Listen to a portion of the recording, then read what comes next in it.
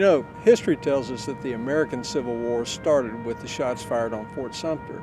But did you know that the American Civil War almost started a few months before that in, of all places, San Antonio, Texas, at the Alamo?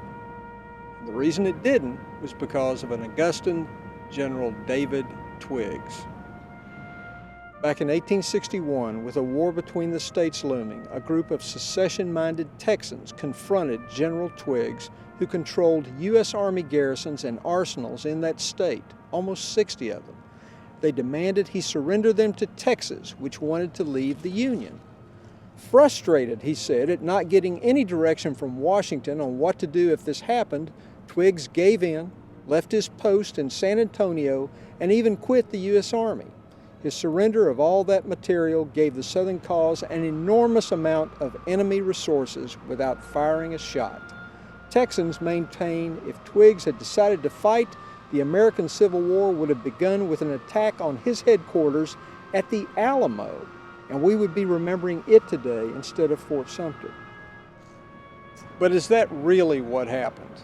Well, I'll tell you more about it when we get back.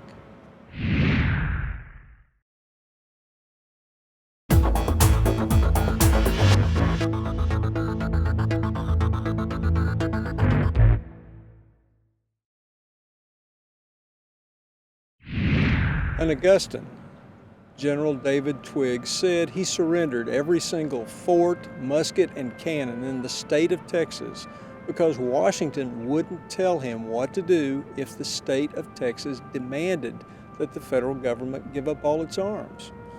He soon left town, and that was it.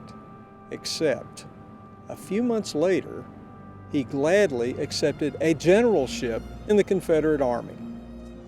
David Twiggs was a warrior among a handful of the best Augusta has ever produced.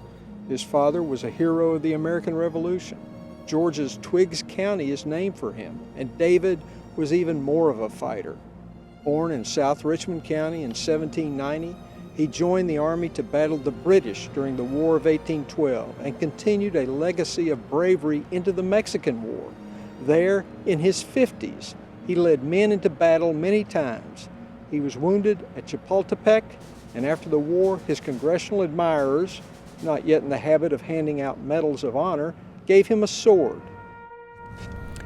After the Mexican War, our town gave many banquets to its war heroes. David Twiggs was one of them.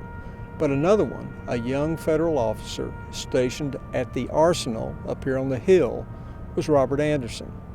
In one of history's odd coincidences, it was Anderson who in 1861 decided not to surrender his federal facility to the Confederates who were demanding that he do so. Why? Robert Anderson was the commandant of Fort Sumter in Charleston Harbor.